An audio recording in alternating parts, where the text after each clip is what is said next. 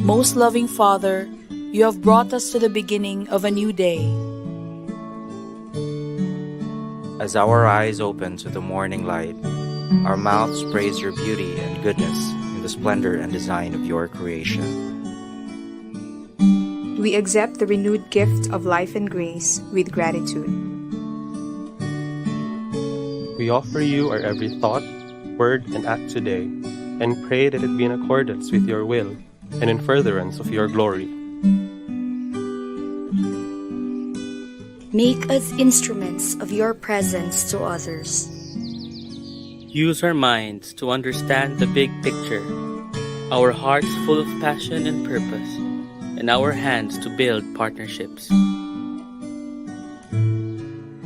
Let us be adequate persons to become architects of change and fulfill our promise of elevating lives of communities and people we serve. When evening comes, gather us again, safe under the shelter of your wings, to rest confirmed in your love. And with the assurance that with your help, we have taken one more step towards a better world. Amen.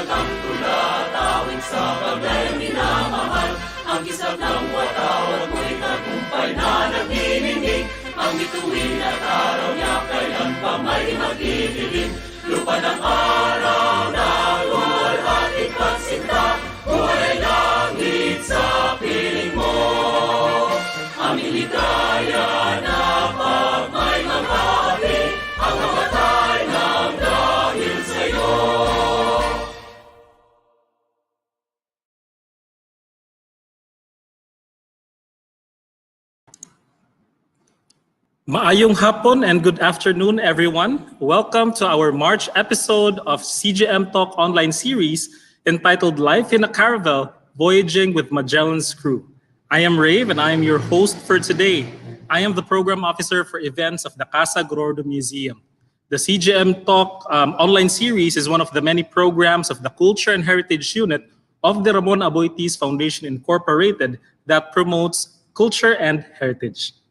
So this afternoon, since we are celebrating 2021, we are celebrating the 500 years of the circumnavigation of the world. We are here to learn about the people that were on board those ships, the brave ones who endured hardships to explore the unknown, the Magellan crew. We will talk about how they survived the journey from Spain, coming to Cebu, and then for those who went back. Now, before I introduce our speaker and jump to our discussion for this afternoon, I would like to invite everyone. This coming April 16, we have GSK one night only. Since we have this pandemic, we are not able to hop to the different museums like we used to do for the past few years. But GSK has found a way still to continue promoting Cebuano culture and heritage by doing it virtually. We're having a one night only presentations of our with our partner museums, and Casa Gordo Museum is also presenting a virtual tour of the Nao Victoria. It is the replica of the ship Victoria that completed the circumnavigation of the world. So guys, if you'd like to check out details for GSK One Night Only, please like our Facebook page, Casa Gordo Museum or Gabi sa Kabilin. Okay, now our speaker for today to talk about the voyage of Magellan and the experiences of his crew He is specializing in the early Spanish colonial history of the Philippines. He spent many years of graduate and postgraduate research in various archives in the Philippines and in Europe, particularly in Spain, Portugal, and Italy, where he also delivered lectures in the prestigious gatherings of scholars such as one of Spain's oldest university, the Universidad de Sevilla, and Sociedad de Geográfica de Lisboa in Portugal, among others. As a prolific scholar, he published more than 30 books and over 100 monographs on various topics in local and national histories. The most important of these is Ferdinand Magellan Armada de Maluco and the European discovery of the Philippines, the first comprehensive and fully documented book on the subject written by a Filipino historian, earning him the recognition as one of the leading scholars in Magellan history. As the only member of the Multinational Comité Internacional of Sevilla from 2019 to 2022 in Spain, spearheading the celebration of the 500 years of the circumnavigation of the world, he is also one of the few Magellan historians in the world invited by the Spanish Ministry of Defense to meet King Philip VI of Spain and the Admiral of the Spanish Navy. Appointed as one of the 5 members of the panel of experts by the National Quincentennial Commission, he is currently the director of the Partido Study Center and the newly created Magellan Elcano Study Center at the Partido State University in Camarines Sur. Please welcome our speaker this afternoon, Dr. Danilo Madrid Gerona. Thank you very much, Ray. Hi, Sir Danny. Yes, sir. Hi, Ray. Thank you very much for that very generous introduction. And of course, I would like to thank also your co-hosts there, Mart and Milka, and the Casa Gorordo Museum for giving me the opportunity again to share my knowledge of the Magellan expedition, in particular this very, very interesting topic on the journey of the expedition to the Philippines, particularly in the kind of the environment of that small world where we are in for more than a year. So it's an interesting topic for us to discuss today.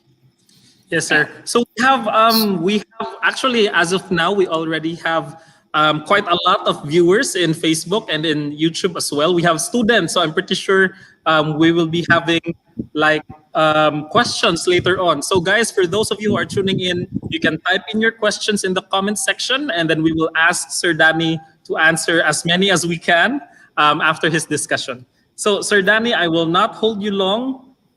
Please proceed with the presentation. Okay, great. Thank you very much.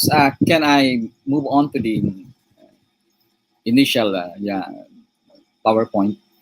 So this is an example of course, this is more of a galleon in a way, not necessarily a caravel because of the numerous masts that we see. If you will go to the next slide, you will notice. Can we go to the next slide, please? A caravel is actually a smaller vessel. It's generally the distinctive mark of a caravel is that it has smaller, as it has fewer masts, mainly 3 masts. And unlike the galleons, which has a number of masts, but here the sails or the mast of the caravel is fewer. The reason is because it's smaller, and therefore it's very, very maneuverable.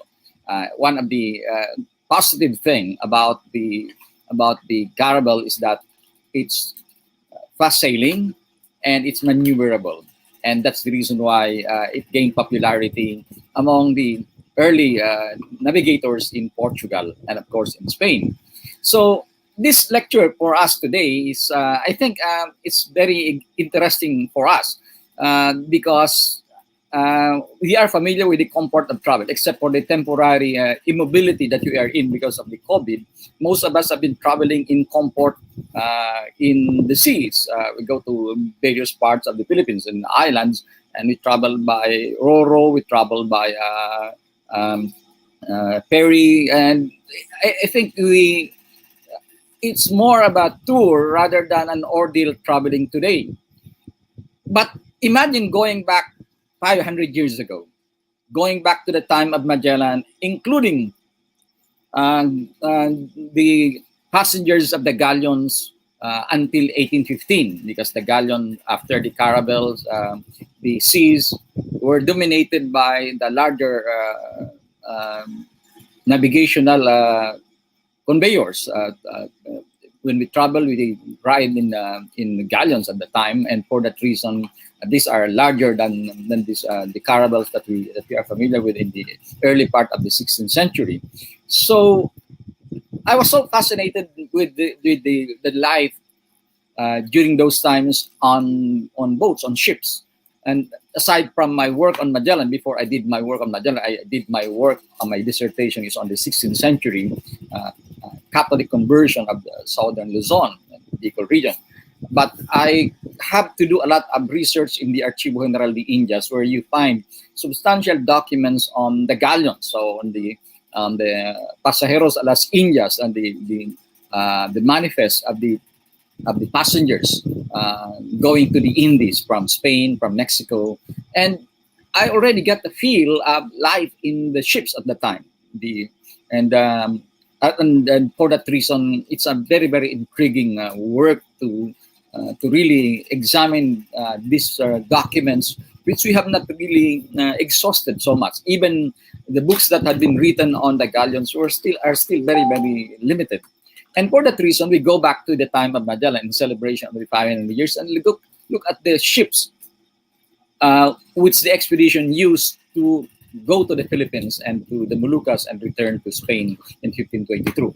So generally, they call it in Spain, they call it now, but then they call it in Portugal as Caravel. And earlier on, there is a certain question as to what does the word Caravel mean? We don't really know much about it. And in fact, some scholars tried to trace it to a certain kind of a coastal vessel, which is called, used by the medieval Moors, the Arabs.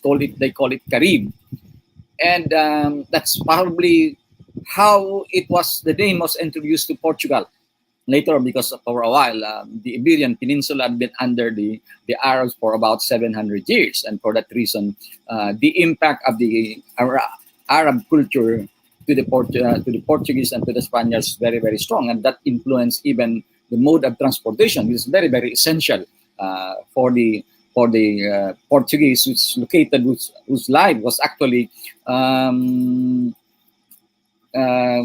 intimately bound with the seas. In fact, a certain 16th century Jesuit priest would say that for the Portuguese, they were born in a small cradle, which is Portugal, but they have a large graveyard, which is the ocean, because the Portuguese have been traveling ever since. And that's the reason why they call it, probably the name Caravel could have been derived from the Arab Carib. But some would also say, and naval historians would also argue that it probably came from the Spanish word or the Italian word caravella, which, of course, in Spanish, if you look at cara is face and bella is pretty, and probably it refers to the shape of the boat, which looks like that of a face, and because of the adornment, the decoration, the design, the architectural design, it looked very, very pretty. So probably they say it could have come from Caravella, which means a pretty place. But some would say it could have come from Carabos. Caravel, it sounds, Carabos sounds like Caravel. And for that reason, it could have come from Carabos. The word Carabos in Spanish would mean an owl, because they say if you look at the back part, the stern part of the ship, it looks like the face of an owl, with a mirror, with the windows, round windows, looking like the eyes of the owl and the face itself. So essentially, we have this idea about Caravel as one of the ships that had been used by the Portuguese, and probably was the ship used also by the Magellan expedition. In fact, we know for a fact that the Victoria the ship that returned to Spain was definitely a Caravel. It was smaller, and it was essentially a coasting vessel, meaning to say it's not actually used to travel across oceans, but more of the traveling close to the coast. We know that very well because I got a document from the very place where it was constructed in the Basque region. The primary document which describes how the Victoria was constructed. And in fact, according to the Spaniard who gave me the document, he was a historian also in the Basque region. He says that this document was, for the first time, it was we get to know of the Victoria because of the details provided by the document, executed by the owner of the ship Victoria when it was bought by the representative of Charles in the Basque region. And the Victoria is definitely, as I said, a Caravel, a coasting vessel. Before it was bought and eventually used by Magellan, it was actually already sailing from Spain, from the Basque region to London. It is said that it was already being used as a vessel to transport passengers and cargo from sa routes from where it was built or in the Basque region to London. So it must have been smaller, and generally caravels are generally classified as smaller vessels compared with the galleons, because a caravel would generally have about probably 40 to about 70 feet in length and probably 20 feet in width. So it's comparatively smaller. The larger galleons would have about 150 feet in length and about 50 feet in width. So the caravel would be smaller. And for that reason, it's definitely maneuverable and it's lighter, swifter in travel because it's a smaller size. Okay. Now, can we go to the next slide?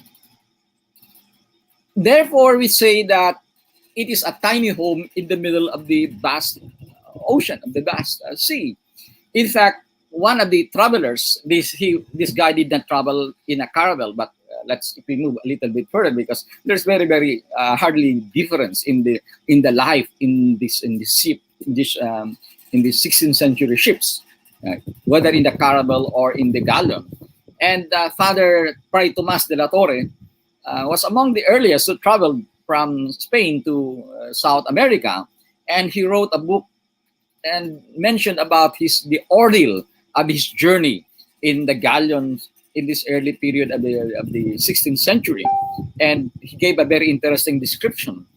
It says that to stay in the galleon would be una cárcel muy estrecha y muy fuerte de donde nadie puede huir. Meaning to say, it's a small jail, very, very cramped, but very, very strong, from which nobody could escape. So traveling in a galleon is essentially an ordeal for the passengers at the time. And how much more with a caravel because of its much, much smaller size. So can we proceed to the other slides? This is to give you an idea of the caravel. So it's very, very, very simple construction as compared with the galleon. And so you have the forecastle, the front part of the caravel, and you have the stern castle where you have the rudder, and there is a sort of a roof, and that stern castle is generally housing the captain of the caravel. And if you go to that lower part, you will notice that's generally there is what they call the yard, and below the yard would be the dormitories of the crew of the caravel. So the caravel, the Victoria, for example, as I said, was probably about 50 feet, but that would be I think that's the longest size given what we know about the Victoria. So it's more about it's around 50 feet or probably even less, and it carried at least 45 crew of the expedition. We have to remember that the Magellan expedition had about had 5 ships, and one of the second, I would say, one of the smaller ships was the Victoria, and the bigger one was the San Antonio. It's contained, of course, a much bigger number of crew, whereas the Victoria had only 45. But then, considering the size, if you have, let's say, let's grant that the ship was about 50 feet in length, and we have 45 passengers, we have to consider also the cargo of the ships. So the ship, therefore, is very, very small. You are essentially traveling in a small world because they have to stay there for more than a year. Of course, they occasionally made a landfall and stay, for example, in South America for several months, and then eventually landed in Cebu. But you have to consider the duration of the journey. It's, the total time they spent was about 1 year and 5 months, more or less. And imagine most of the time you spent that on this particular boat, which is very, very small. So it's really an ordeal traveling in the Caravel at that time, and even, of course, in the galleon. Can we proceed further? Inside the officer's cabin is located at the stern, the other side of the end of the ship. You have the navigational facility. So this particular artwork shows how what was life inside the Caravel with the very, very primitive, so to speak. Well, of course, at the time it's considered advanced for them, but looking at our own time, it's very, very primitive. With the compass and the astrolabe and a small table where all these things are put together, and the captain directing the expedition and some of the crew holding the helm of the ship. And so, can we go to the next slide, please? One thing that seems to be a fascination to most of us is, if this ship was quite small, where do they defecate? Where do they throw their waste? At the front part of the Caravel, or even of the subsequent galleons, you have that small part there, right at the very, very at the front, I would say, of the ship. The CR, the toilet, is, of course, of varying types, varying designs. Well, this is a much better design of a toilet because it's located right inside the ship itself. But in other ships, even in 1560s galleons, the friars who wrote their anecdotes of their expeditions to South America or their journey to South America would say that it's an ordeal just going to throw your waste disposal, because of the fact that there are no toilets, in fact, in the ship. You have to do a sort of a gymnastics, an acrobatic act in a way, just that you would be able to throw whatever you wanted to throw to the sea. Because you said you have to really clamber, you have to climb the ropes, you have to hold onto the ropes, position yourself at the side of the ship, and then if you are unfortunate, you might fall first rather than the thing you are supposed to drop into the sea. So there is the danger in doing this comer, as they call it, the comer, as they so call it in Spanish. And so aside from that, you are actually exposed to the public.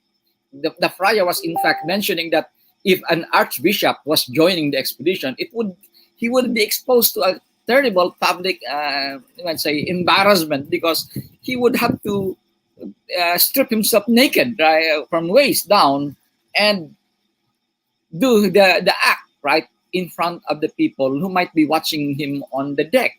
So it's a difficult ordeal. But then, if there is a certain sort of a makeshift toilet bowl inside the ship, the ordeal of the terrible smell would be suffered by the crew who were actually having their dormitory right beside this particular toilets, because sometimes the wood would have cracks, and some of these things would actually filtered in, would go inside the dormitory, and the smell, according to some of those who had witnessed, who had experienced this in their journey in the galleon, would say it's an unbearable smell. And so just for that, it already gave you an idea of the terrible ordeal in the galleon and even in the Caravel, because definitely it's much worse in the Caravel as compared to what we have in the galleon. The other thing is, in terms of this complaint that, as I said, a prior complained of three things that he noticed, what he experienced as inconveniences in traveling in the galleon and in the Caravel. One, and I suppose, as I said, in the Caravel, one of that would be it is terribly smelly. So smelly because of the unsanitary constructions of these toilets.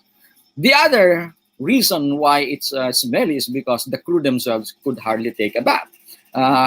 If you look at the galleons, probably it would take them 6 months or 4 months, because the average journey would take 4 or 5 or 6 months from Mexico to the Philippines. And so it was also in the same case here with the Caravel, with the Magellan expedition. As I said, the complete time span would be 1.5 years. And therefore, it must have been also an ordeal. Good enough because in the Magellan expedition, in the Caravel, they made a landfall in San Julian in South America, and therefore it's closer to the sea, and they could take a bath, and there are plenty of waters in the villages that they settled in South America. But then when they again pursued their trans-Pacific journey to the Philippines, again, it's another ordeal because they could not take a bath in the process. So even the crew themselves were smelly. The other thing that you have to consider is the noise in the ships. Of course, it's worse in the Caravel because it's smaller, a little bit better in the galleon because it's much larger. But then the noise comes, according to, at least this is from the experience of a passenger at the galleon, that in the galleon, one of the noises that they would have to contend with was the waves. So whenever they're asleep and there was very, very strong waves, it's hitting the ship, and it caused a lot of disturbance, and not only disturbance but fear because of the possibility that the ship might get sunk, and that's the reason. The other thing is because in the galleons and in the Caravel, the noise comes from the people themselves chattering. The people would be talking a lot, spending not only their days but their evening talking. But that's not only these casual talks that cause a lot of noise. Even the crew themselves would be shouting a lot, especially because they have to prevail over the sound of the waves or even of the wind. So they would shout a lot, they would command, all those things. And also the pahe, the pages, the young boys, they are generally required to sing. The reason is not necessarily for entertainment, but especially at nighttime when they are supposed to guard the hourglass. They aren't supposed to sleep because that's how they measure the day, through the hourglass, and it's important. And it's a 30-minute or 1 hour ordeal. One has to wait until they have to reverse the position of the hourglass because the sands had already been emptied in the other part of the hourglass. So they have to reposition it, and then they have to wait again until somebody relieved them and took the watch. But then, to make sure that they do not fall asleep, they are required to sing. And the other one has to respond to it to make sure also that he's awake, just to announce to the officers that they are not actually sleeping on the job. And so even at nighttime, they have to do these things, especially at nighttime.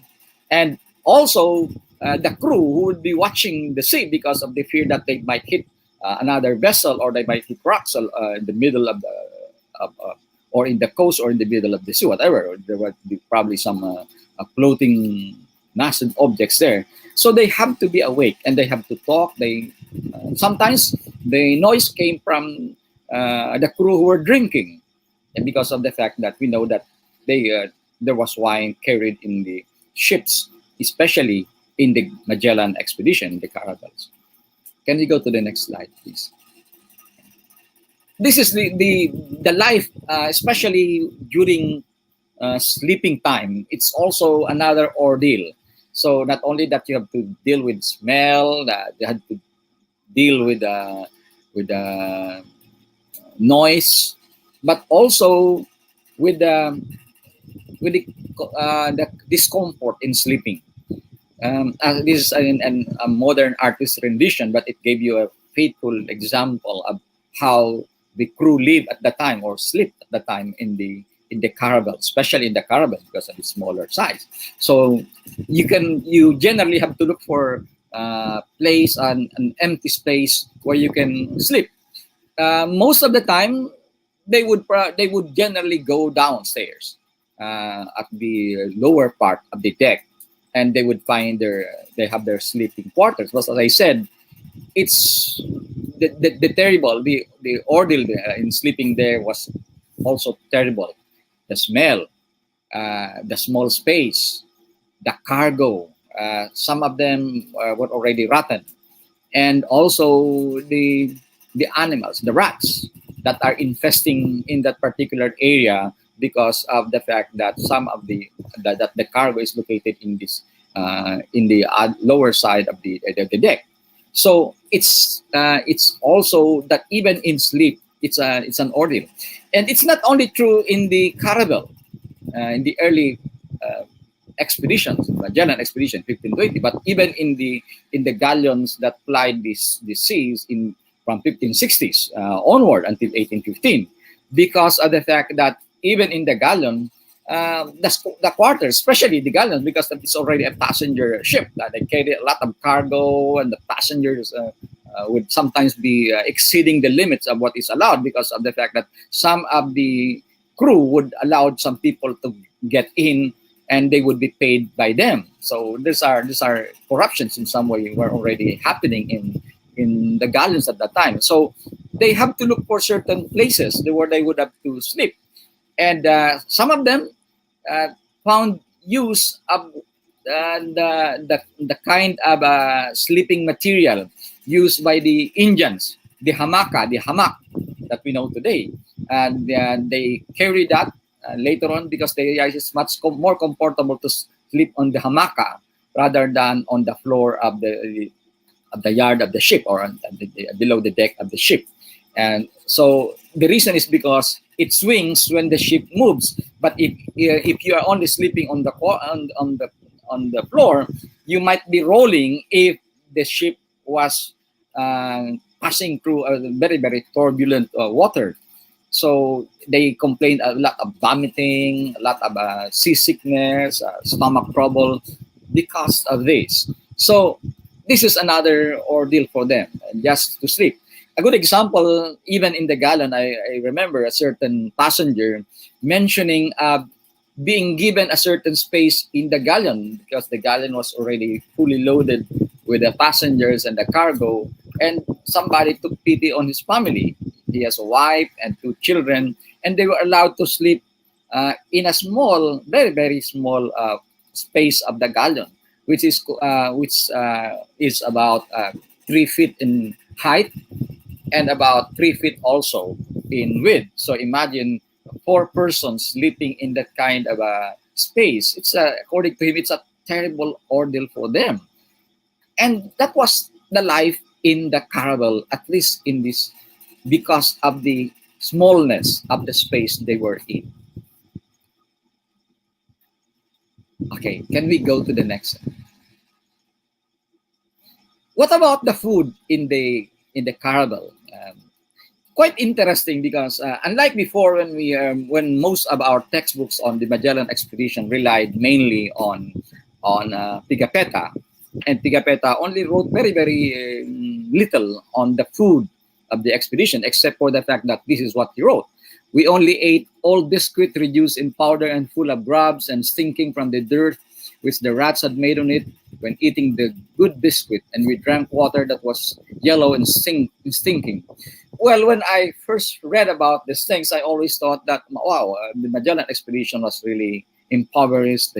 It's really bound to die in hunger, the crew, because of the food that they have, very limited food. But actually, this was on the second part of the expedition. This was the fasting side.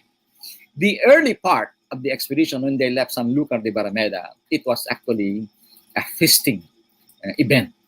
The expedition was feasting on abundant food they have. In fact, when Charles V approved of the proposal of Magellan, Charles V allocated provisions for 2 years.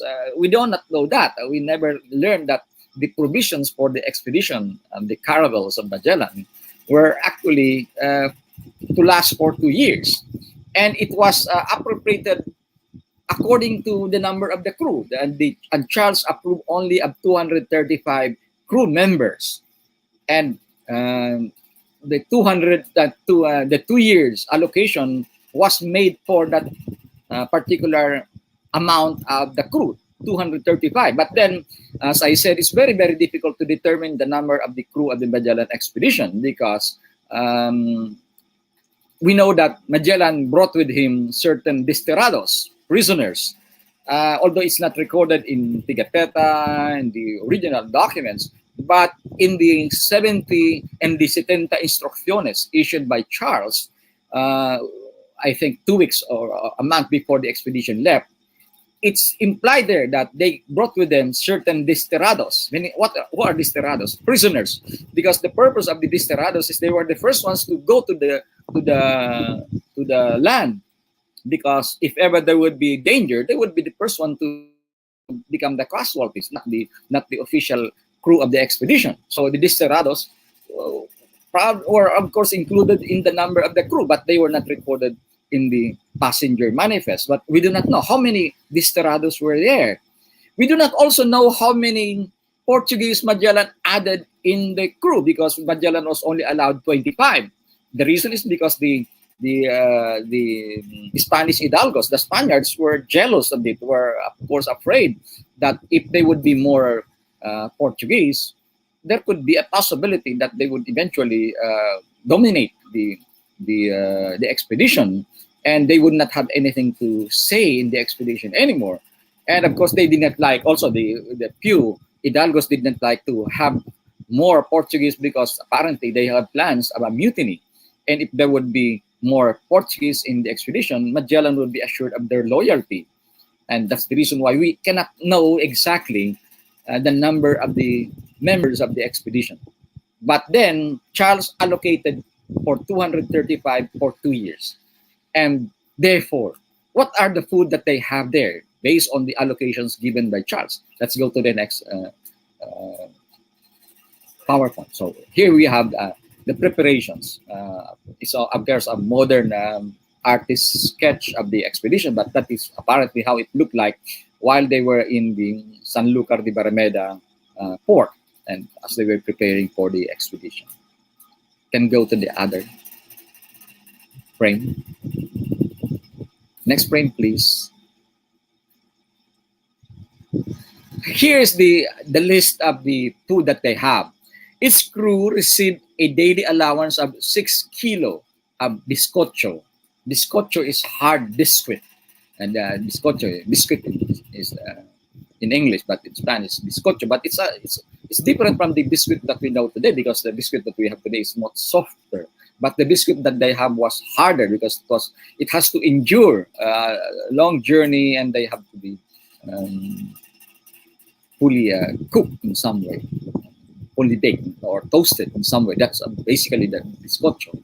There were indications that bread was also produced out of the 5 casks because they brought with them flour, and we suspect that they were actually producing bread either on the expedition or probably when they made a landfall in a certain territory.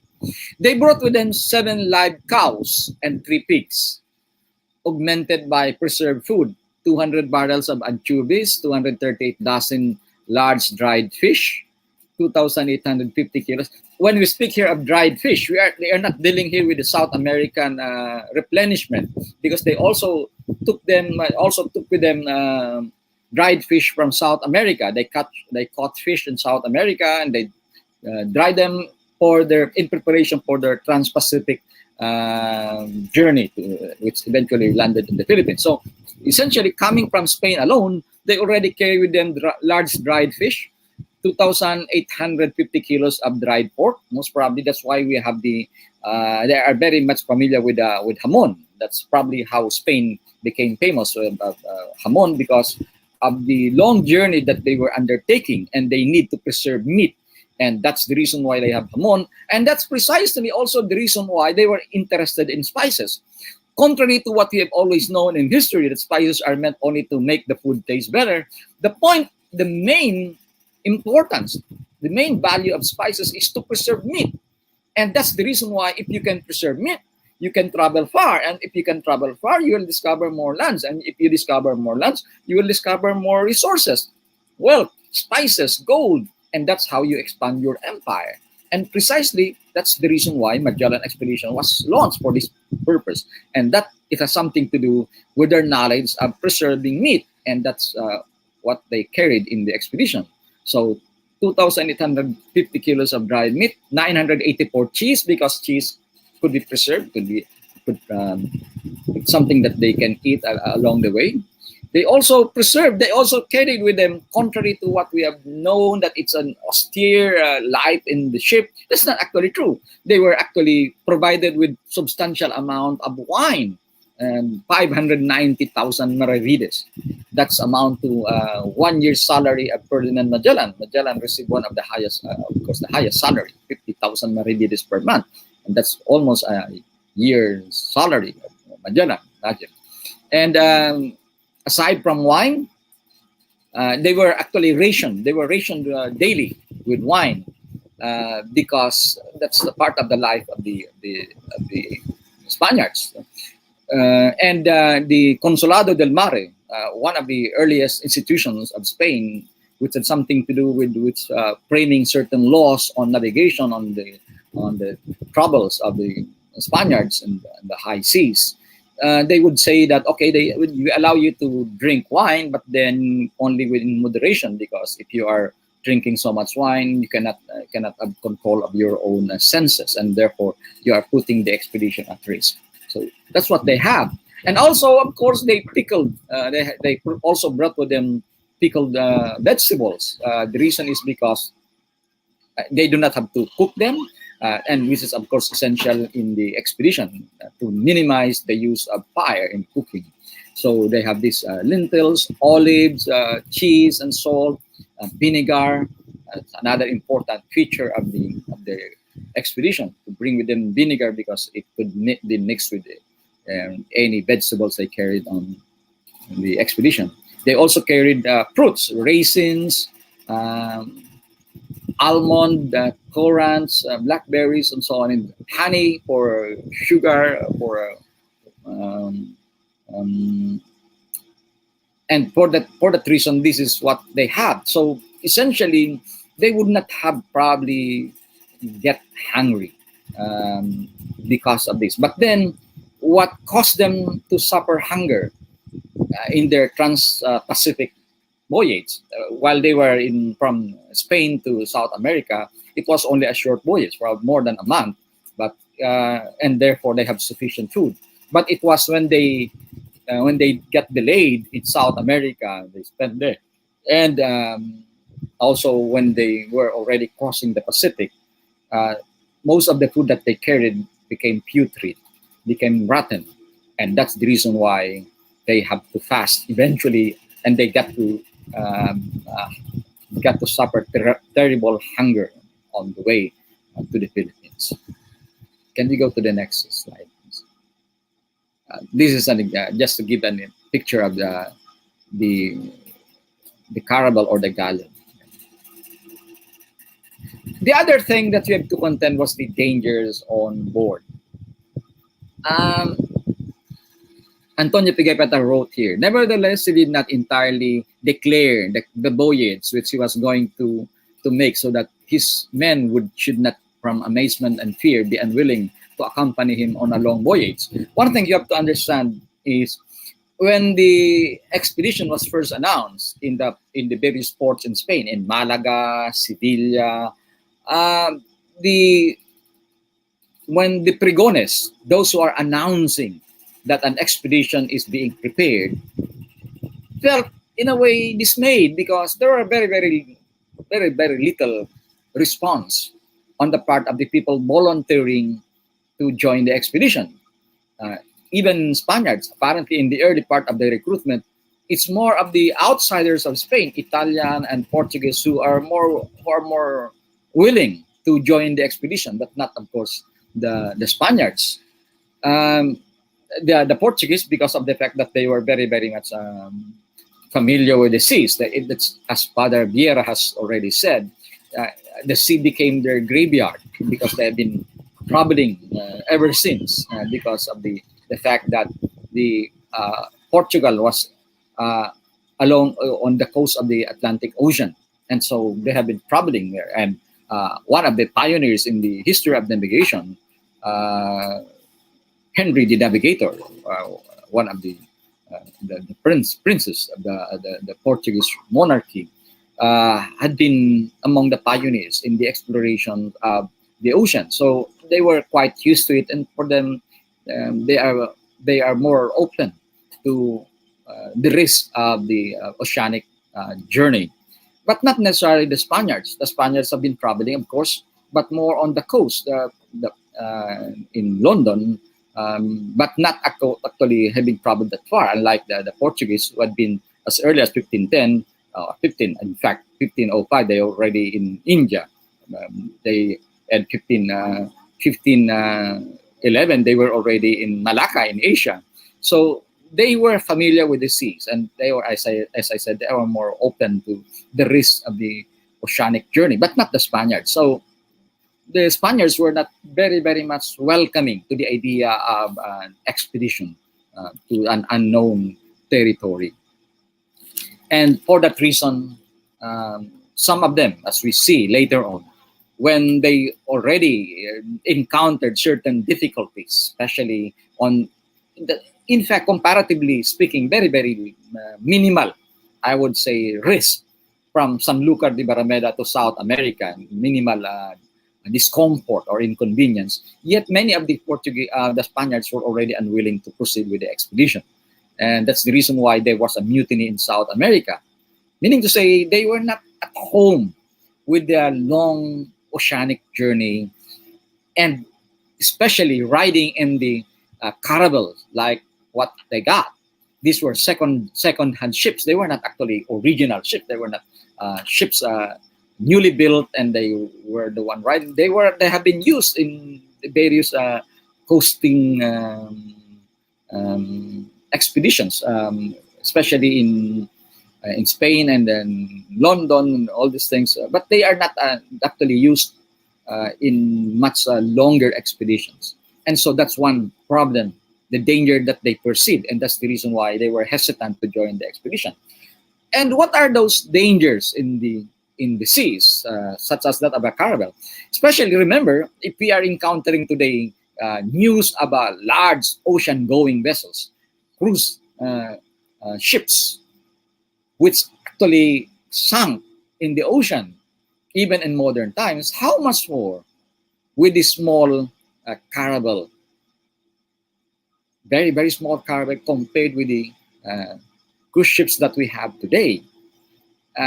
It's in fact a miracle that no catastrophe happened on them from Spain to South America and South America to the Philippines. it's in a way a miracle. That's probably the reason why Magellan was actually very, very thankful when he saw certain kind of an epiphany in South America, when sort of a signs from certain saints manifested themselves during a certain lightning, and he thought that it's God showing him the favor that it's going to be a good sign that everything will turn okay. So can we go to the next? So it's a long journey, definitely. As I said, it's the longest. In fact, one of the naval historians would say, we extol the virtue and the accomplishment of Columbus. You have to remember that Columbus only traveled by about a month. But here, Magellan traveled for 1.5 years. So it's terribly a long, long journey. And that's with the length of time in the journey, the dangers increase also. Can we move next? What are the dangers? One of them is, of course, piracy along the way.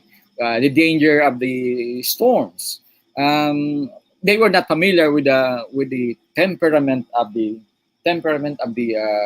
seas at the time, and especially with it coming to the Philippines. They in fact Magellan called the ocean Pacific, but it was actually a misconception of the nature of the sea. It was a terrible sea, but then he thought it was actually calm. When they were passing through that area, it was a calm, but then, as we know later on, many galleons sank along the way. So that's one thing. And the trouble with the hurricanes, that's the reason why when the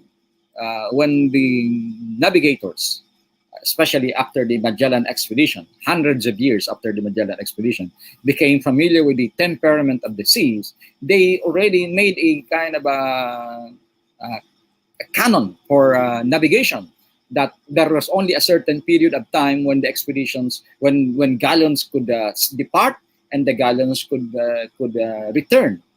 In the Philippines, when they are supposed to go to Acapulco, they have to leave only not later than June, because the reason is because if you count 4 or 5 months, if you go beyond that, you will be encountering hurricanes in South America. So once they became familiar with the climate in South America and the Philippines, they realized that there must be a fixed period for the departure and the coming of the galleons. And what about more so with the Magellan expedition? The Magellan expedition was not familiar with any of this, and especially with the Philippines, with the temperament in the Philippines. And these are some of the dangers. The other, of course, the worst, did not only come from the water, it came from the people themselves. It came from mutinies. And in the case of Magellan, right at the outset, there was already the risk of the mutiny. And it was a small ship. And therefore, you can immediately see if there would be certain member of the crew there, they can easily overrun each other, the other group. And that's the reason why Magellan would also have to have certain strategies on how to handle the men not only in his own ship, in the Trinidad, but also in the other ships, in the expedition itself. So he had to put up certain kind of reportador, the parlerías, they call it in the document. Magellan made use of certain spies. He was spying on some of the Spaniards because he already heard news that some of them are going to cause trouble. So even in that small, community, there was already a brewing trouble, and Magellan must be aware of that. So he had to had some spies right in as much as possible in every ship. But then what we know only in the record, categorical mention was that at least in one of the ships, Magellan had inserted one of his loyal crew who was to listen to the rumors, to the stories, and the plans of the Spanish hidalgos pertaining to the possibility of a mutiny. Can we proceed more? But aside from this, the inconveniences and the risks, there were also certain positive side in the expedition. The socialization and the entertainment aspect. You have to remember it's going to be a long voyage, and you are in the middle of the sea, and it's going to be really bored. You are overwhelmed with boredom. And one uh, of the strategies apparently that's developed in the history of navigation is to sing, to allow the crew to sing.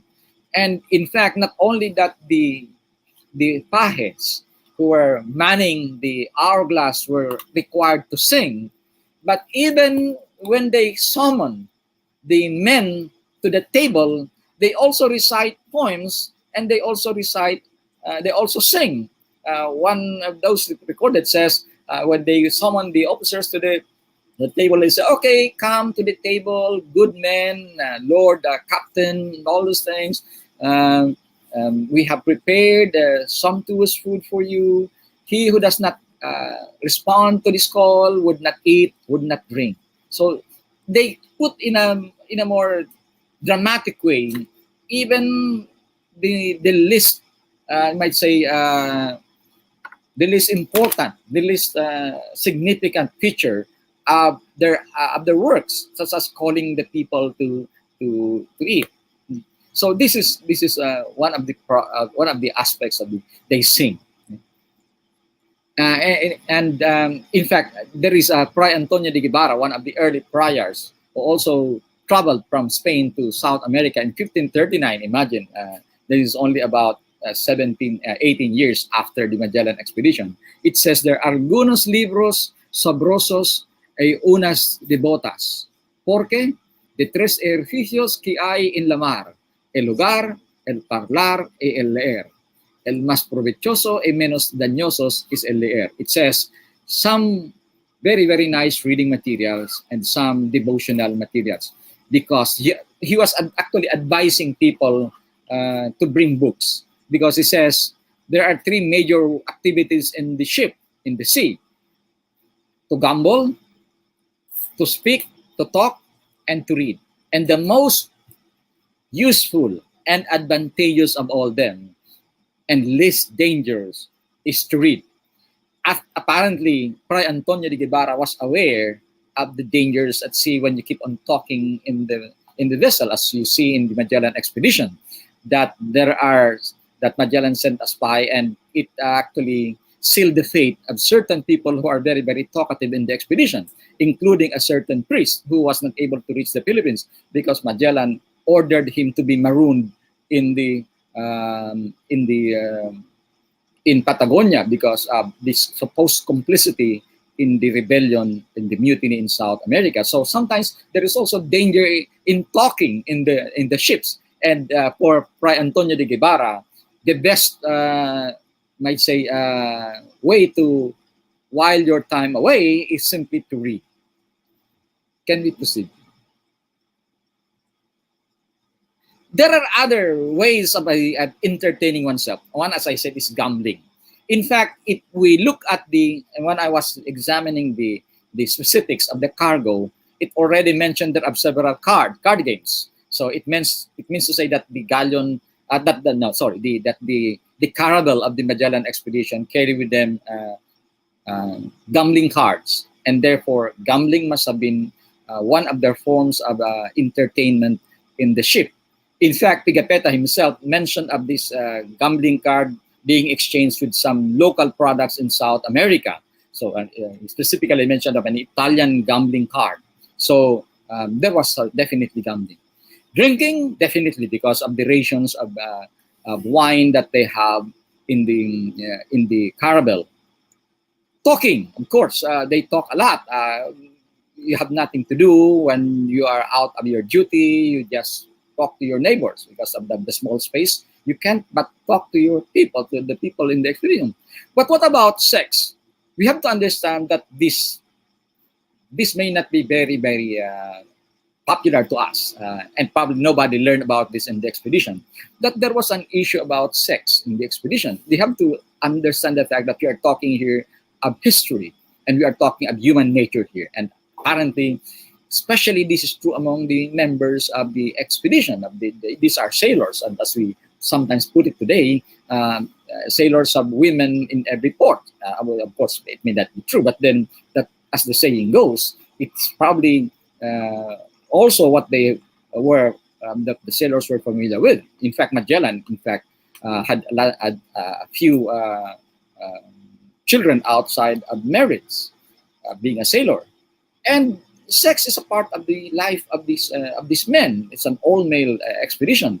In fact, when the expedition was about to leave, some of the officers of the expedition requested Charles to allow them to bring with them women, probably wife or probably just any other woman.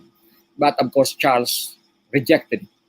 And that's not only true to this Caravel, the expedition, but also in succeeding journeys of the Spaniards to the Pacific, to Asia, such as in the galleons. There were certain requests that bringing women in the galleons, especially of the crew, but then it was turned down because the response is not good morally for the expedition, and therefore God would not look with favor the expedition, and probably an accident would happen as a punishment for what they were doing in the ships. So that's the reason why there was a certain issue about sex, and the requirement is to bring to allow them to the request from among the crews to allow them to have women in the expedition, but it was turned down. And as I said, even in succeeding troubles on the galleon, women were not allowed to join except in fact they were very restricted. Even if the women were allowed already to travel to South America and to the Philippines, they have to make sure that the woman is accompanied by parents or by a husband. A single woman could not travel in the galleon. That's already that's an established rule in the requirement in the galleon, that you cannot, if you are a woman, you cannot travel alone. You have to travel accompanied by your parents or by your husband. But then, despite the fact that there were no women in the ships, in the caravels of the Magellan expedition, still a certain scandal broke out. One of them, Antonio Salomon, Italian, was ordered by Magellan to be killed, executed, because he was caught in flagrante delicti, as they call it among lawyers. He was engaged in a sodomy with a younger crew, Antonio Hinoves. And for that reason, it's not tolerated. It's of course at that time, even at that time, especially at that time when life was very, very conservative, it was not tolerated by Magellan. He was a very, very pious man in some, as far as I know him, and so he was executed in South America. That's San Antonio Salomon, because of this. That's the only mention of a sodomy committed in the expedition, but definitely it should be accepted as part of our history. No, there was no any mention of this in any book on Magellan, but I was surprised when I was looking at this, and I realized it's an important issue in the expedition. Other more acceptable form of whiling away their time, of entertaining themselves, was by reading. And that's precisely the reason why the father that I mentioned to you earlier on was recommending that they should read a lot. They should read. That's the best way to entertain themselves and to learn and profit from the expedition, by reading. We do not know if there were some men in the Magellan expedition brought them, but definitely Pigafetta must have brought with him his books. Pigafetta was a very, very renowned intellectual. He was a secretary of the papal nuncio of Andalusia at the time, a very, very learned man. So was Pigafetta, an astronomer, mathematician, and he came from a very, very aristocratic family and very, very educated in Vicenza in Italy. So he must have carried with him reading materials and also writing materials, because Magellan was writing his journal in the expedition.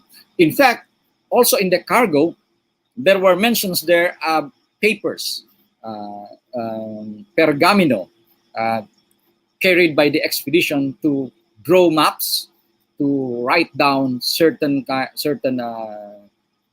materials, certain official documents for the expedition, such as that of barter when they go to a certain territory that they will arrive at. It should be recorded. So there were writing materials there.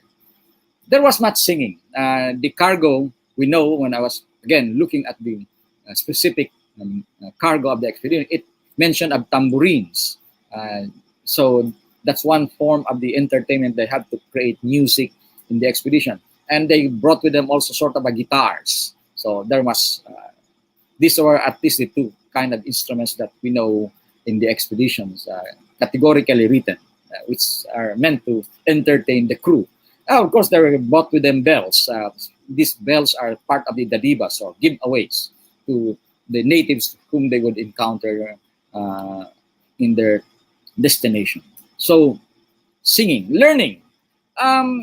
Some of the, not in the Magellan expedition, but in subsequent galleon expeditions, when missionaries were traveling from South America to the Philippines, some of them were laymen, and they got to know of the missionaries, so they allowed themselves to be, they manifested their desire to join the religious order. So while the expedition was going on, they were already being taught about the religious life. So their initial initiation to the religious order, as probably sort of a novices, was already taking place in the galleon. So they were learning about the religious life, and also, of course, for the laymen, they were also learning about what's life in the ship, what's life in the open seas, and also in the heavens. In the evening, they have nothing to do. And in fact, Magellan mentioned of this and Pigafetta, that they were, of course, fascinated by the skies. They look for certain omen in the skies, especially because they carry with them astrologers, Andres de San Martin, who apparently use as his laboratory the heavens to discern the future. And so they stargaze, they sing, they learn, they recite poetry. And we do not know, there was no explicit mention of this in the caravels of Magellan, but of course in the subsequent galleons, there were poetry recitations, especially when there are dignitaries coming in the expedition. Some of the poets, some of those who are, say, budding poets, or some of those writers who are familiar with poetry, would entertain their VIPs in the galleons by making some of a poetry reading during the expedition. I think that's all. So probably we can have more questions as we go along in this presentation. Thank you very much. Thank you so much, Sir Danny. No, for us who are very, how do you call this, very accustomed to the luxury of modern day travel, we cannot really imagine how hard it was for Magellan and his crew to endure that more than a year of travel, and then with the tight spaces, the filth and all that. So I think for Cebuanos, lisod jud kaayo. It's very hard to imagine. And then, we have now questions from our audience that we've gathered. I think we can flash the first question. Okay, this is from Miss DK Padua. How many tons can a caravel carry? Well, generally, the Caravel, some of those mentioned would say about 100 tons, but in the Caravel would be about the most they would say is about 200. But then when you refer to thousands of tons, it goes to the galleons. The galleons were actually carrying much larger cargo subsequently because of the larger construction of the galleon. But the Caravel were actually of a smaller construction and limited space, and so and you have to understand that these are actually meant for fishing vessels.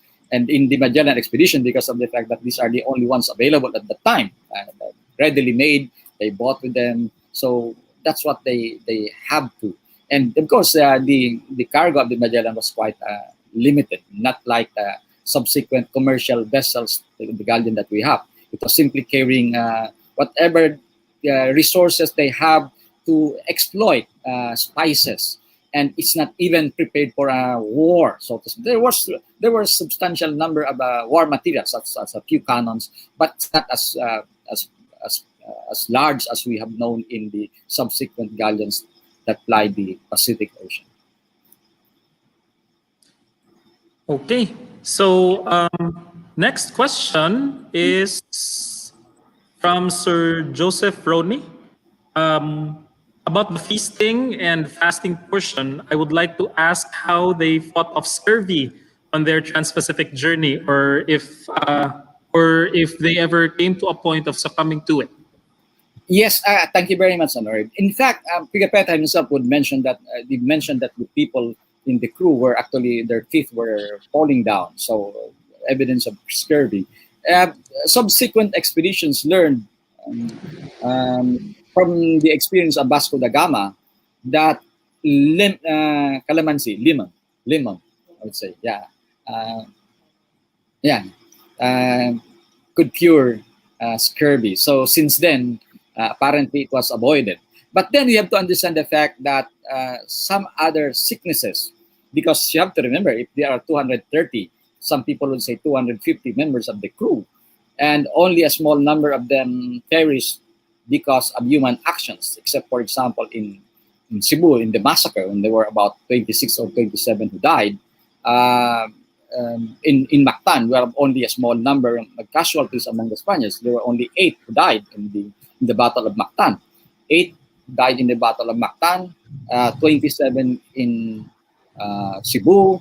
So out of 250, if we say 250, as I said, 235, 250, it's actually the large number of those who died could have been caused by sickness.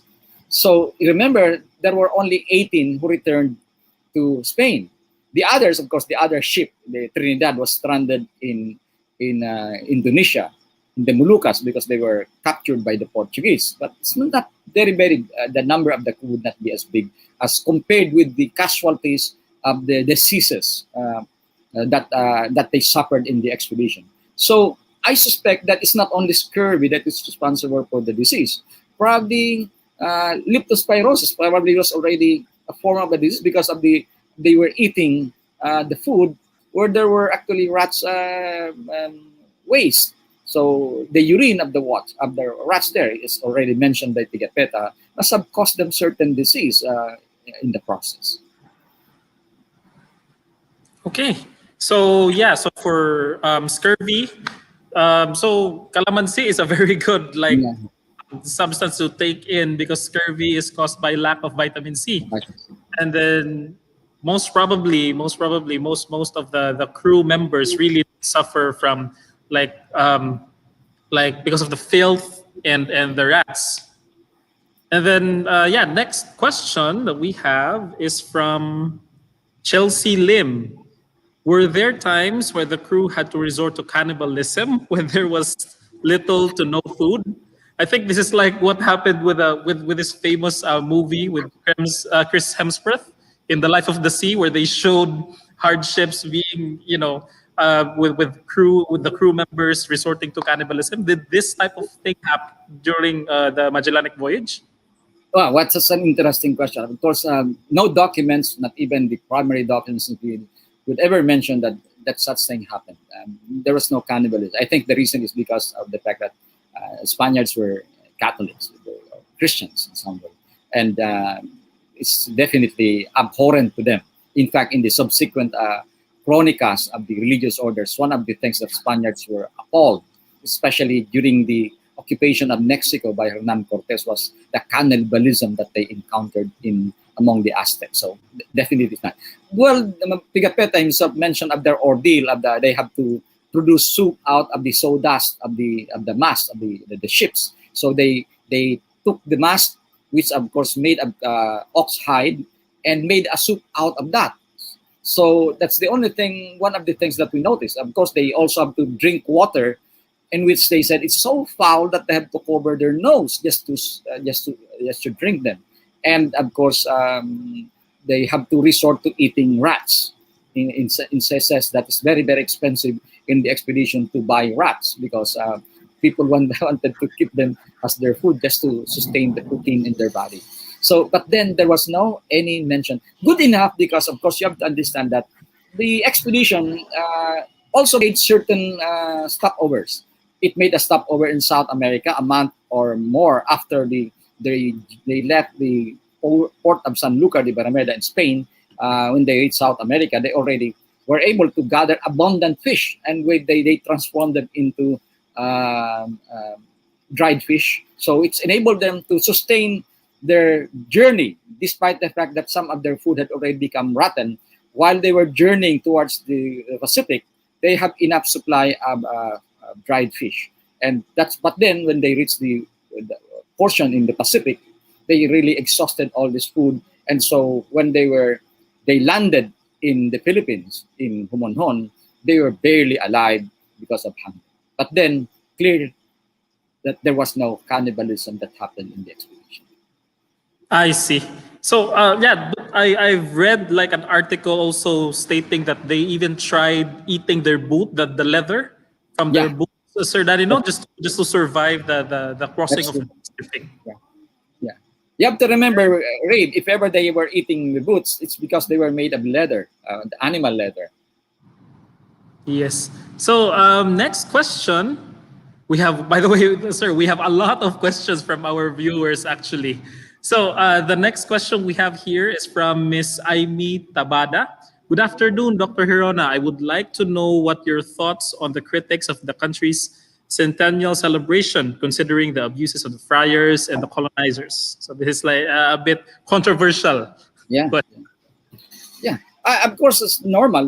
We have to expect that there were several perspectives in our history. Our history is not yet, you might say, consolidated, especially considering the fact of the regionalism of the Filipinos, different kind of our orientation, our intellectual level, for example, and our religious diversities, the Muslims, the Catholics, the Christians, and all these other sects. So we can expect there would be divergences, variance in our interpretation of our history. And for that reason, we have to understand them. I, for one, would like to understand even those who are very, very hostile or very, very angry, especially with the celebration of the coming of Christianity or the coming of Spain, and they would always brand that as actually colonization, abuses, brutality. But I think I always look at it as a scholar who was familiar with the original records. I went through the ordeal of reading the documents for 10 years, more so. Beyond that, in fact, I was working, going back to 1995. And I know the rigors, the difficulties of reading them. And how many of them have read the documents? How many of even not only among the ordinary people, even among historians who have read the primary documents, most of them relied on opinions. Most of these people who are critical of the celebration, critical of Christianity, critical of Hispanization, have only probably read secondary sources, textbooks, materials. And you have to understand, Ray, that even our textbooks are not impeccable. Our textbooks are also written by, not necessarily, but by scholars. Some of them are actually written by ordinary people who have not gone to the primary documents, examined them in the light of a more scientific framework of understanding history. So there is a difficulty in understanding, and there is not, for me, it's not that difficult to understand them, why they are critical. But for me, I take them lightly because of the fact that whose opinion they came from. They read them from secondary sources, but I read the original documents. I should know better. So that's precisely the reason why I put up a YouTube channel. That's the reason why I encourage more people to ask questions and to welcome more talks such as like this, because I wanted to share whatever knowledge I have, which I studied for 10 or more years. And as I said, many of them were not familiar of what happened during the time of the Spanish arrival in the Philippines, even of Christianity. So the idea, for example, of hostility among the Spaniards are very, very hostile. I would say categorically that that's not really true. Look at it, Rabe, in the context of the Magellan arrival. How many mentions of atrocities Magellan had registered? Except, of course, in the burning of a village in Mactan, and of course, of the Battle of Mactan. It's actually a battle. So you cannot expect that when you are in a battle that people would be singing and would be saying hi. It's a battle that they would be shooting each other. And of course, they even historians here fail to understand that Magellan, when he came to the Philippines, was already carrying a new mandate of diplomacy. They already learned so much from South America that if you use force, it begets force. And that's the reason why, if you look at the inventory of the cargo of the Magellan expedition, a large portion of that carried what they call the divas. As the Spaniards, as the 16th century Spaniards said, the divas are gifts. As the Spaniards said at the time, the divas, quebradas a las penas, or a las peñas. The divas quebradas a las peñas, meaning to say in English, gifts break away the rocks. Meaning to say, if the people are hard, if the people resist, give them gifts, and they will become friendly. And that's the diplomacy of the Magellan expedition. So you see, hardly was there any report of atrocities committed by, except, as I said, in the burning of the village. You have to understand that Magellan did not actually suddenly jump to Mactan and started the war. Magellan presented what they call the requerimientos. Any scholar on the early Spanish regime would have known of what requerimiento is. A requerimiento is part of the rules of engagement of Spain.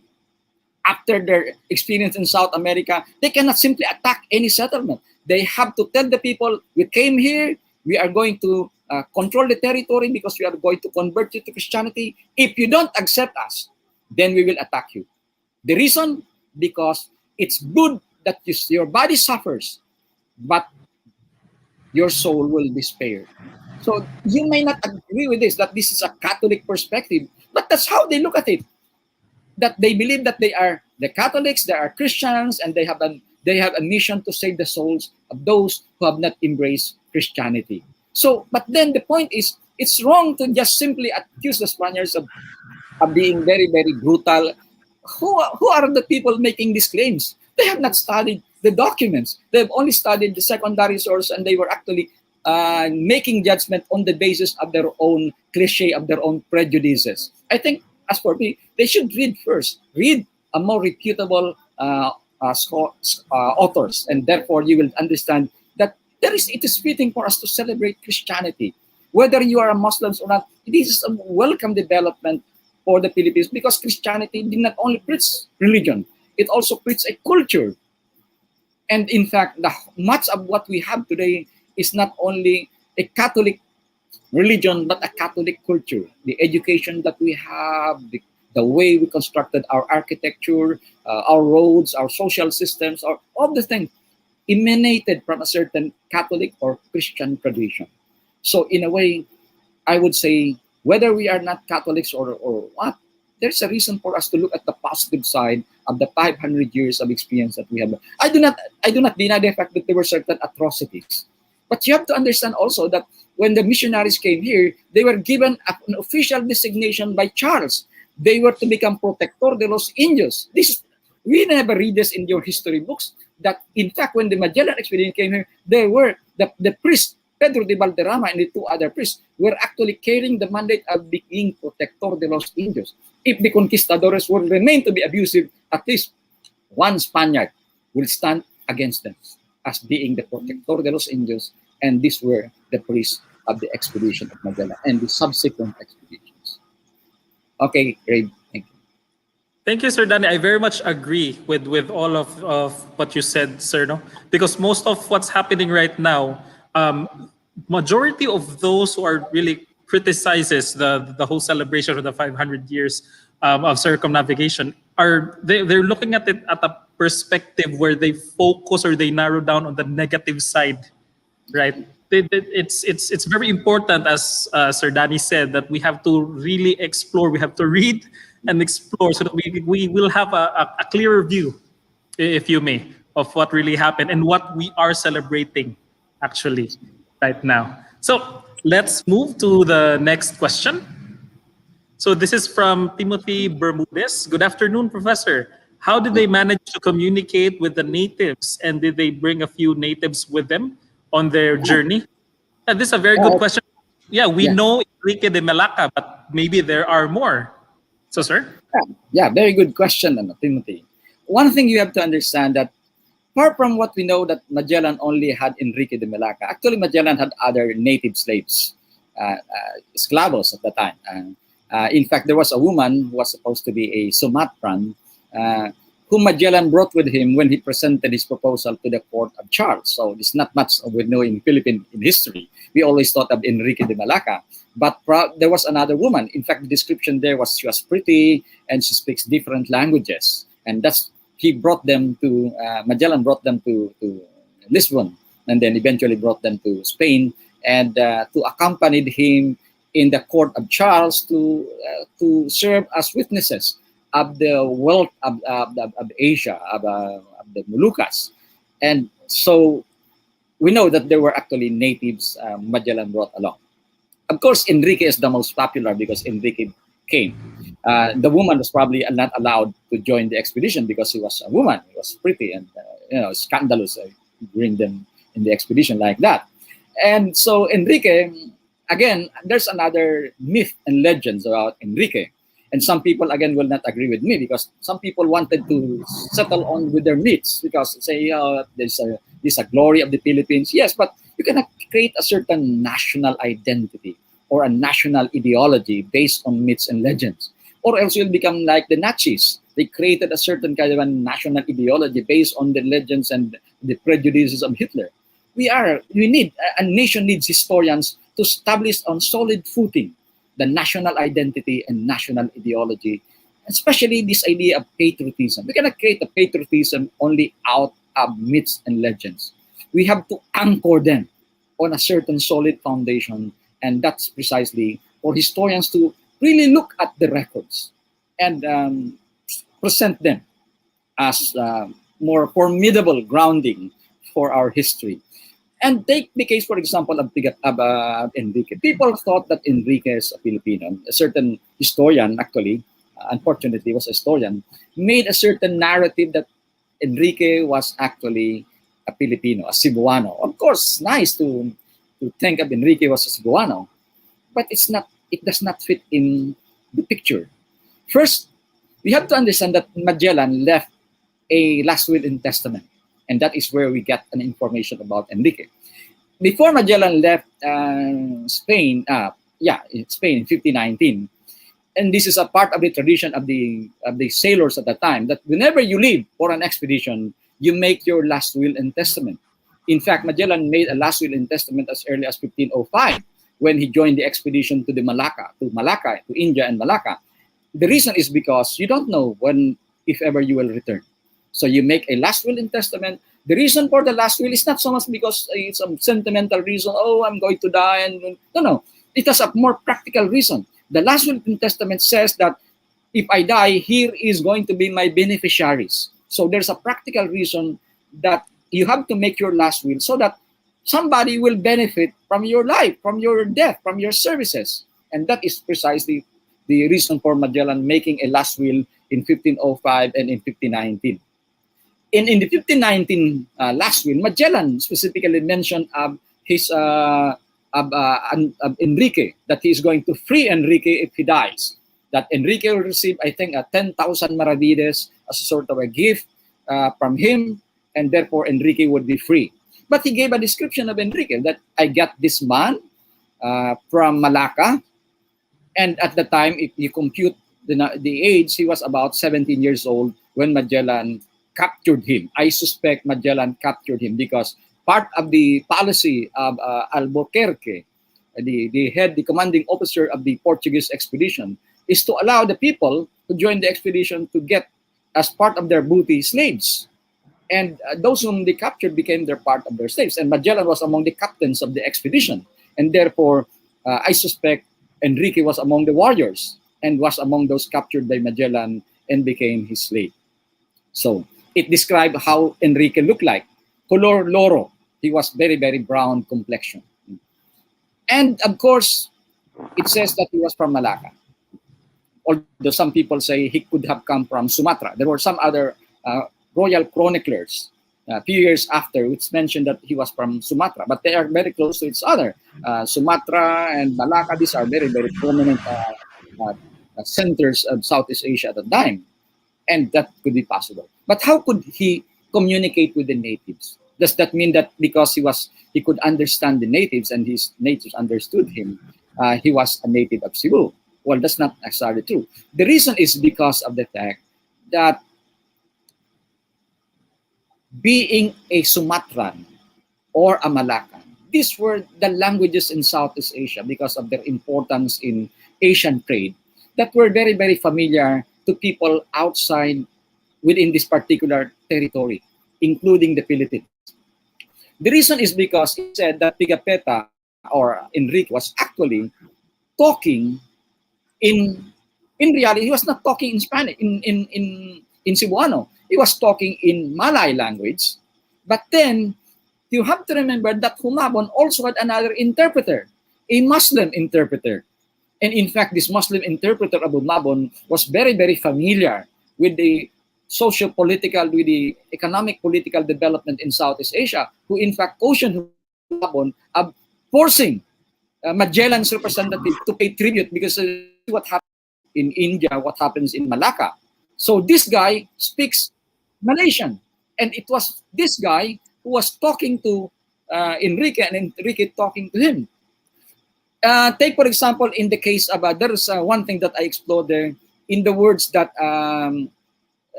that this interpreter of Humabon once mentioned to Humabon, Kata Raya Kita. Nobody could translate that. It's just Kata Raya Chita. What was that? And no historians had ever translated what it means. So, could it be Cebuano? I look at the dictionary of Mentrida. Except for Kita, Kata Raya did not exist. Therefore, it could not have been Cebuano. Probably exists in Cebuano, but it's not included in Mentrida. If you look, I went to the other works in the Bicol Dictionary, 1600s. Those two words do not exist. Kita exists, but Kataraya does not exist. In the Tagalog Dictionary, written in 1613, the two words do not exist. Kita exists. But when I went to the dictionary of the Indonesians, Malay in the dictionary, Kataraya actually exists. It means, if my memory serves me right, it suggests that I tremble in fear because they might plunder us. So essentially, that's what it means. So it's not Cebuano, it's not Filipino, it's actually Malay. Therefore, Enrique understood that, the Muslim interpreter of Humabon spoke of that, and Humabon also understood what this interpreter of Humabon was saying. Because Pigapetta was saying there, because many chieftains in the Philippines, in the Visayas at the time, were actually familiar with the Malay language. Meaning to say, therefore, if Enrique was understood, not because Enrique was speaking in Cebuano, but Enrique was speaking in Malay, understood by interpreters and by Humabon and other chieftains who were familiar with the Malay language because they were the ones exposed to this international trade. They were the ones receiving these foreign vessels, and they must learn the language. Just like in the Philippines, who are the first ones who should study English? These are the businessmen, because they have to deal with American businessmen. And so the same case in the 16th century. Therefore, it's clear therefore that the interpreter, Enrique, was actually a Malay one, not a Cebuano. Yes, very much agree, Sir Danilo, because there are even some Cebuano words that has Malay root words, right? So most probably the people here in Cebu back then, Humabon and all everyone here, most probably they did understand at some degree, what Enrique de Malacca was talking when he came here. And then that will clarify the question earlier. Next one, we have a lot of questions. We have here from Sir Noel Iradel. Was there a doctor on board? I think he is asking because of all the diseases that we were talking about earlier. So was there any? Yeah, actually, they were not called doctors at that time. They were called barberos. Quite interesting. Barbers. But why barbers at the time? The barbers at the time, if you notice the colors of a barber shop, if you know, what are the colors of the barber shop? That would be the very popular red and white Swirl That's sign. right. That's right. That's right. That's right. Red is not is actually representing something, blood. The reason is because the barber at the time was actually slicing a portion of the body. They were taking the blood of the patient at that time because they believe that if there is certain imbalance in the humor in the body, so they have to take out certain blood because it restores certain balance in the body. So the barber at the time was actually a surgeon. And in fact, the Magellan expedition carried a surgeon. Why do they call it barbero? The barbero is actually not actually one who does the haircut. Apparently, the Spaniards at the time were not very much interested in sporting short hair. They were actually wear long hair is better because it's cold in Europe. And the other reason is because, as I said, the barber at the time is not actually doing a haircut, but doing the cutting of the beard. Barbero is one who actually does the cleaning of the beard. The reason is because historically it means that at the time, even in the ancient world, it's disadvantageous if you are fighting with a long beard. The reason is because your enemy can hold on your beard and cut your neck off. So it's better for them to have a clean face. But then it was adapted in the Spanish culture, and eventually, and this guy who cleans the beard also is the one curing those who are injured in the battle. And when the Spaniards came here, they carried the name Barbero. In fact, that is the designation of some of the physicians. There were at least two, I remember, physicians, but they were not called physicians. They were called Barberos. So the Barberos were there, and they were the ones dispensing all these medical needs. They carry with them certain kind of medicines. Most of course relied on spices as a form of it. But there were some instruments they brought with them, certain kind of a knife to produce incisions in the body. So as to the medicine and medical personnel in the expedition, Magellan brought with him at least two. I think I remember. I see. I would also think that someone who has medical knowledge would be very important, especially on trips more than like the Magellan voyage that took more than a year to complete, That's diba, right. Sir Danny? So yeah, good thing we learned about the Barberos' origin. So next question will be our last question for this afternoon. So please, it's from Sir Cesar Alhama. I understand the crew of the expedition was composed of various European nationalities. What could have attracted them to join this expedition, the outcome of which was uncertain given that the expedition would be entering or passing through uncharted territories? So he's asking more of their motivation, siguro, ani sir. Yeah, hi Cesar. It's always Cesar always attends such webinars. One of the Filipino intellectuals we know is engaged, who's an architect, but then very, very much fascinated with history. And I'm thankful to Cesar for being part of this. Yeah, what are the motivations? Mainly, of course, the motivation is, of course, money. We have to remember that this is a multinational crew. Some of those who are actually Italians, British, Germans, were actually residing in Spain. And at the time, you cannot join the expedition if you have not lived at least in Spain for 10 years. There's a certain kind of a restriction at the time. I just forgot, there's a certain kind of a junta in terms of the sort of an office of navigation, which are the ones doing the examinations. For example, for captains, you cannot just be assigned as a captain unless you undertake a certain examination. For certain positions, you have to undertake, and this is given by a certain body in civil who is responsible for maintaining certain order and certain legislating certain rules in navigation.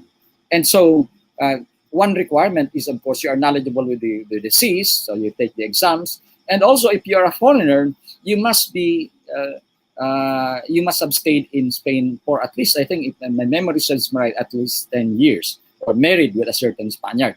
And so there's no problem at the time to become mercenaries, so to speak. Vasco da Gama was not an Italian, but he worked under Spain. They sell to the highest bidder, for example, their knowledge. Magellan was always accused of being a turncoat because of the fact that he was a Portuguese and he went to Spain. But you have to understand also the context of Magellan. He left Portugal because of his grievances against Portugal. Yeah, he was knocked out, his leg was broken, and he was not compensated by the Portuguese King Manuel. And he was requesting for a certain compensation. Instead of being compensated, a case was filed against him and complaining of corruption that he committed in the Battle of Morocco, somewhere in that place. So I think there's no problem at the time if you're a turncoat, if you change allegiance and work under another monarch. And that was the case of Magellan. And so with the other multinational members of the multinational crew of the Magellan expedition, Italians, French, British were actually recruited and joined the Magellan expedition. Well, there's another thing you have to consider historically in Spain. The more liberal atmosphere, the more liberal attitude towards foreigners given by Spain at that time was largely due to the fact that the king at the time was not actually a Spaniard. Unlike what we always know that Charles was actually a Spaniard, he was not a Spaniard. He was Germanic. He was Flemish. He was from Flanders. Was an Austrian, and so was definitely of Germanic culture. And you have to understand that Germany at that time was already among the liberal nations in Europe, and Spain was a very, very conservative monarchy. But when Charles assumed the throne, he was more open in terms of his attitude with foreigners, because of the fact that the empire, that his father had already in control of a vast empire at the time, and definitely controlling other nationalities, and so was open to these things. Now, as I said, the reason why foreigners would join the expedition is mainly because of the fact that the benefits they will get out of it. Well, the salary was not much. Magellan was receiving 50,000, and down the line, some of them were receiving 1,000. The Pajes would receive 1,000. In fact, Antonio Pigafetta, contrary to what we have always known, was among those who received the lowest salary, 1,000 maravedis, just equivalent to a sort of a criado, a servant. So, and Magellan was receiving 50,000. The reason is also, aside from this desire for compensation, because they have no work in Spain, this is an opportunity offered to them, is also the possibility of fame. So we always speak of the 3 Gs, gold, glory, and God. And of course, the Spanish conquistadores, the Spanish soldiers, the sailors were interested in receiving compensations. And also, there were also promises other than the salary that they would also receive certain percentage of the fruits that will come out of the colonization of a certain territory, especially not the Philippines. Contrary again to what we have always known, that it was meant for the Philippines. No, it was meant for the Moluccas, not the Philippines to be colonized. So this is it. The other reasons is because some of them were interested simply in knowing the world, just as the case of Pigafetta. Pigafetta had a lot to lose. He was a very, very prominent man, very wealthy, enjoying a position in Spain as the secretary of the Papal Nuncio, but he decided to leave because of this desire to learn more. For Magellan, the interest is one thing. Aside from the salary that he will be getting, is also the islands that he will be given.